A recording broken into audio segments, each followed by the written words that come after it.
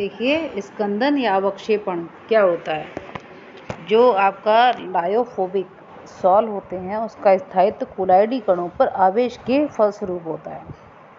अतः यदि किसी प्रकार हम आवेश को हटा दें कणों पर से, तो जो कण हैं सॉल के वो एक दूसरे के समीप आएंगे और क्या होंगे, एग्रीगेट हो जाएंगे, कोगुलेट हो जाएंगे। कोगुलेट हो जाएंगे तो वो भारी हो जाएंगे, भारी होने के कारण गुरुत्व बल के कारण जो है वो नीचे बैठ जाएंगे।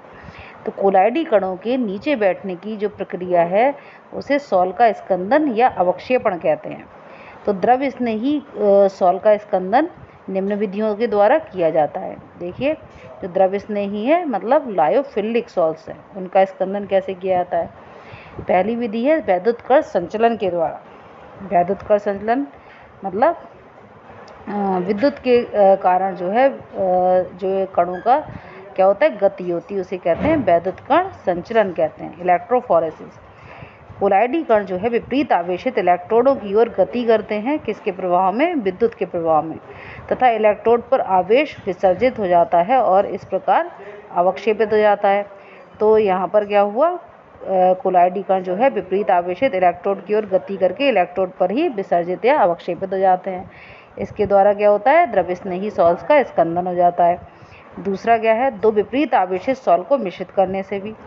तो जब दो विपरीत आवेशित सॉल लगभग समान अनुपात में मिलाए जाएं तो वे एक दूसरे के आवेश को उदासीन कर देते हैं, और या तो पूर्ण रूप से उदासीन करते हैं या पूर्णतः अवक्षेपित कर देते हैं। एक दूसरे को उदासीन करके ये क्या करते हैं, विलयन जो है वो अवक्षेपित हो जाता है।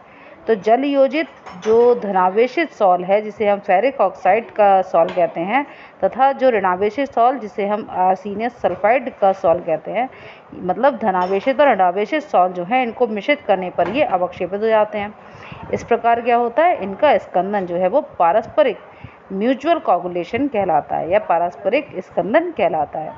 इसके अतिरिक्त क्वथन के द्वारा, तो जब एक सॉल को हम उबालते हैं तो परिक्षेपण माध्यम के अणुओं के साथ, जो परिक्षेपण माध्यम है या डिस्पर्शन मीडियम है जो, इसके अणुओं के साथ क्या होता है, संघट्ट मतलब एग्रीगेशन या कंपोजिशन बढ़ने से क्या होता है, अधिशोषित परत जो है वो डिस्टर्ब हो जाती है। इससे जो कणों पर आवेश होता है वो कम हो जाता है और इसके कारण क्या होता है, अंत में वे अवक्षेप के रूप में नीचे बैठ जाते हैं। यहाँ पर भी जो है क्या हुआ, जो आपका लायोफिलिक सॉल्ट था उसका क्या हो गया, स्कंदन हो गया। इसके अतिरिक्त वैद्युत अपघट्य को मिलाकर भी जो है स्कंदन किया जा सकता है। तो जब एक वैद्युत अपघट्य प्रचुर मात्रा में मिलाते हैं तो कोलाइडी कण क्या होते हैं, अवक्षेपित हो जाते हैं। इसका कारण क्या है कि कोलाइडी कण अपने से विपरीत आवेशित आयनों से, विपरीत आवेश वाले जो आयन हैं उनसे क्रिया करते हैं और इससे क्या हो जाते हैं, वो उदासीन हो जाते हैं, जिससे उनका स्कंदन हो जाता है, कोगुलेशन हो जाता है, वो एकत्रित हो जाते हैं, बड़े आकार में कन्वर्ट हो जाते हैं। तो कणों पर आवेश के उदासीनीकरण के लिए जो उत्तरदायी आयन है उसे हम क्या बोलते हैं, स्कंदक आयन कहते हैं। एक ऋणायन धनात्मक आवेशित सॉल का स्कंदन करता है। जिस सॉल पर धनात्मक आवेशित कोलाइडी कण है उसको कौन स्कंदित करता है, ऋणायन। इसके विलोमता भी ऐसा ही होता है कि एक धनायन जो है वो ऋणात्मक आवेशित सॉल का स्कंदन करता है। यह देखा गया है कि साधारणतः ऊर्णी क्रमांक आयन की संयोजकता जितनी अधिक होती है उतनी ही अधिक उसकी अवक्षेपण की क्षमता भी होती है। इसे क्या कहते हैं, हम हार्डी-शुल्जे का नियम कहते हैं।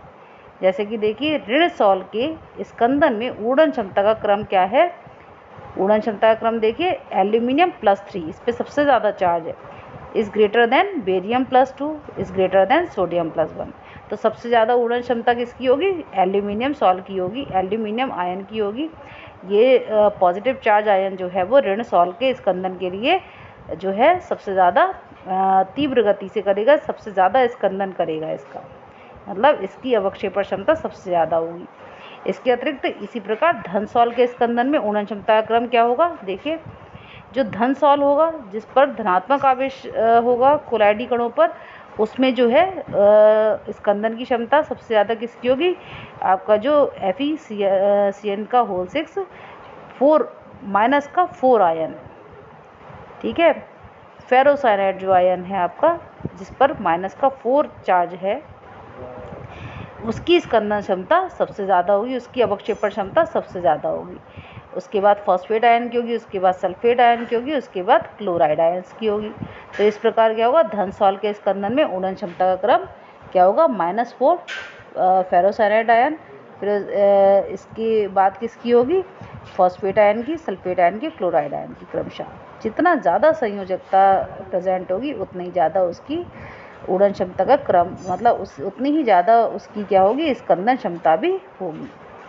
ठीक है, उतनी ही ज़्यादा वो किसी भी सॉल्ट का अवक्षेपण करने के लिए क्या होगा, रिस्पॉन्सिबल होगा।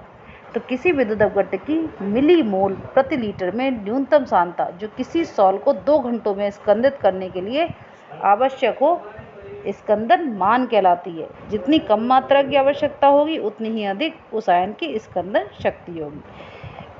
मतलब विद्युत अपघट्य की मात्रा आप जितनी कम से कम मात्रा के द्वारा आप सॉल्ट का स्कंदन करते हैं उतनी ही उस क्या नाम विद्युत अपघट्य की स्कंदन शक्ति होती है। ठीक है, इसके अतिरिक्त देखिए द्रवरागी सॉल्ट का स्कंदन कैसे होता है।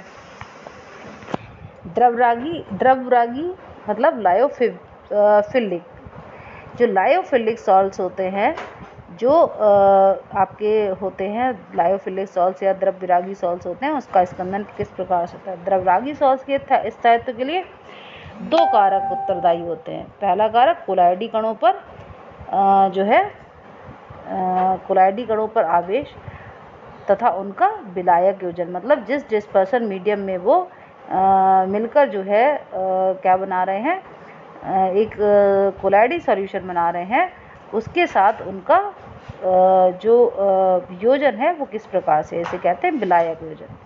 तो जो द्रवरागी हैं, द्रवरागी मतलब लायोफिलिक सॉल्ट्स, तो द्रवरागी सॉल्ट्स के स्थायित्व के लिए ये 2 कारक रिस्पॉन्सिबल होते हैं, मतलब कोलाइडी कणों पर जो आवेश है वो और उनका विलायक के साथ जो संयोजन है वो। तो जब ये दोनों कारक यदि हम हटा लें तो द्रवरागी सॉल्ट क्या हो जाता है, स्कंदित किया जा सकता है। यह हम किस प्रकार से कर सकते हैं, किसी वैद्युत अपघट्य को मिलाकर या उपयुक्त विलायक को मिलाकर कर सकते हैं। जब द्रवरागी सॉल्ट में अल्कोहल तथा एसीटोन जैसे विलायक मिलाए जाते हैं तो परिक्षिप्त प्रावस्था का निर्जलीकरण हो जाता है। आप जानते हो कि एसीटोन और अल्कोहल के द्वारा जो है वो क्या होता है, परिक्षिप्त प्रावस्था का निर्जलीकरण होता है। इस परिस्थिति में वैद्युत अपघट्य की कम मात्रा से भी क्या हो सकता है, स्कंदन हो जाता है। अब देखिए कोलाइडों का रक्षण क्या होता है, प्रोटेक्शन ऑफ कोलाइड्स, ये क्या होते हैं।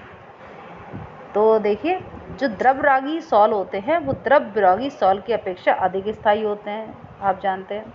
इसका कारण क्या है कि द्रवरागी कोलाइड जो है व्यापक रूप से विलायक योजित होते हैं, विलायक के साथ संयोजित होते हैं बृहद रूप से, मतलब विलायक के साथ वो अधिक सुगमता से संयोजित हो जाते हैं। अर्थात कोलाइड कण जिस द्रव में डिस्पर्स्ड होते हैं उसमें क्या हो जाते हैं, उसमें अच्छी तरह से आच्छादित हो जाते हैं। तो द्रवरागी कोलाइडों में द्रवविरागी कोलाइडों के रक्षण का गुण होता है। द्रवविरागी कोलाइड कैसे होते हैं, वो जो है स्थायी नहीं होते हैं, वो अस्थायी होते हैं प्रकृति में। तो अगर हमें द्रवविरागी कोलाइडों का प्रोटेक्शन करना है तो द्रवरागी कोलाइडों के द्वारा या लायोफिलिक सॉल्ट्स के द्वारा हम कर सकते हैं। जब हम द्रवरागी सॉल्ट को द्रवविरागी सॉल्ट में मिलाते हैं तो द्रवरागी जो कण होते हैं, जो लायोफिलिक सॉल्ट के कण होते हैं, वो लायोफोबिक सॉल्ट के कणों के चारों ओर एक परत बना देते हैं तथा इस प्रकार ये क्या करते हैं, वैद्युत अपघट्य से द्रवविरागी सॉल्ट की रक्षा करते हैं जिससे कि वो कोगुलेट ना हो। इस उद्देश्य के हेतु प्रयुक्त जो द्रवरागी कोलाइड होता है हम उसे क्या कहते हैं, रक्षी कोलाइड कहते हैं। क्या कहते हैं, रक्षी कोलाइड कहते हैं।